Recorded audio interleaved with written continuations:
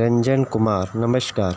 अभी आप देख रहे हैं कंचन न्यूज़। इसे लाइक, सब्सक्राइब एवं बेल आइकॉन दबाना ना भूलें ताकि न्यूज़ का नोटिफिकेशन सबसे पहले आपके पास पहुंचे। अब चलिए खबरें विस्तार से। जैसा कि आप सभी को पता है, अग्निवीर केंद्र सरकार की एक ऐसा स्कीम है जिसमें सेना में 4 वर्षों के लिए नौकरी मिलती है। 4 वर्ष के बाद एक मुश्त 12 से 15 लाख रुपए की राशि मिलेगी, जिसको लेकर कि अभी पूरे देश में हंगामा हुआ है और आम जनता के टैक्स के पैसे को से तैयार हुआ रेलवे एवं अन्य संपत्ति को इस देश के कुछ अराजक तत्वों ने बर्बाद कर दिया है, जिस पर कि पूरे देश में बहुत ही हंगामा हुआ है। ये तो हुई अग्निवीरों की बात। अब चलिए सांख्यिकी वीर क्या है यह भी जान लें।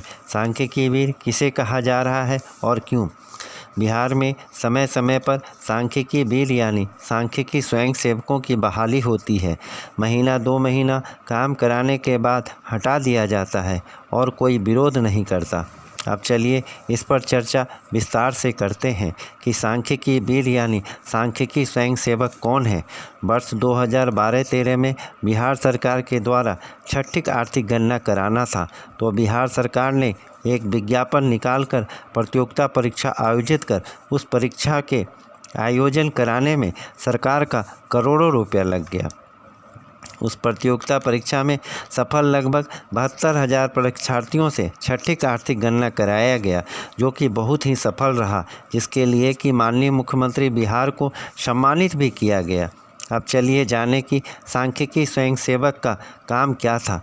वर्षापात, फसल उत्पादन, जनगणना, पशुगणना आदि आंकड़ों को संग्रहित करने के लिए इनकी नियुक्ति की गई थी, मगर जैसे ही छठी आर्थिक गणना 2012-13 समाप्त होने के बाद इनको हटा दिया गया। तब से लेकर अब तक ये लोग बेरोजगार हैं। घर का जब कोई बच्चा सरकारी नौकरी के प्रतियोगिता परीक्षा में उत्तीर्ण होता है तो उस परिवार के सभी सदस्यों को एक उम्मीद हो जाती है कि घर संभालने वाला एक तैयार हो गया है, मगर प्रतियोगिता परीक्षा उत्तीर्ण होने, काम करने के बाद सरकार द्वारा उन्हें हटा दिया जाए तो वह व्यक्ति, उस पिता, उस माता, उस भाई, उस बहन पर क्या गुजरती होगी, क्या सोचती होगी, अपने भाग्य को कोसती होगी, इस सरकार, इस राज्य को कोसती होगी कि किसके अनुमान लगाना भी शायद संभव नहीं है। मगर आज भी यह लोग किसी प्रकार जी रहे हैं।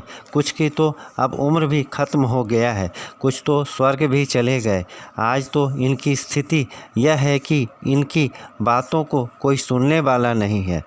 अगर अपनी विनती लेकर किसी मंत्री, किसी विधायक, किसी राजनेता, कोई पदाधिकारी, कोई जनप्रतिनिधि के पास जाते हैं तो पहले तो कोई मिलना ही नहीं चाहता। अगर किसी प्रकार मिल भी लिए तो इनके आवेदन को कचरे के डब्बे में डाल दिया जाता है। जैसे लगता है ये लोग इस राज्य के नागरिक हैं ही नहीं, मतदाता नहीं हैं।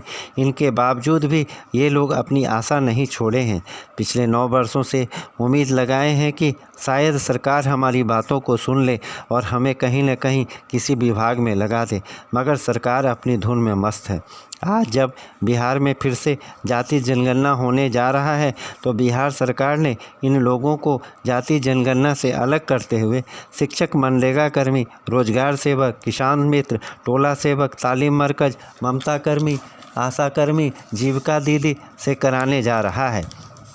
मगर मुझे यह बात समझ में नहीं आ रहा है कि जब बिहार सरकार के पास प्रशिक्षित सांख्यिकी स्वयंसेवक पहले से मौजूद हैं तो इन लोगों से जाति जनगणना कराने का क्या मतलब है।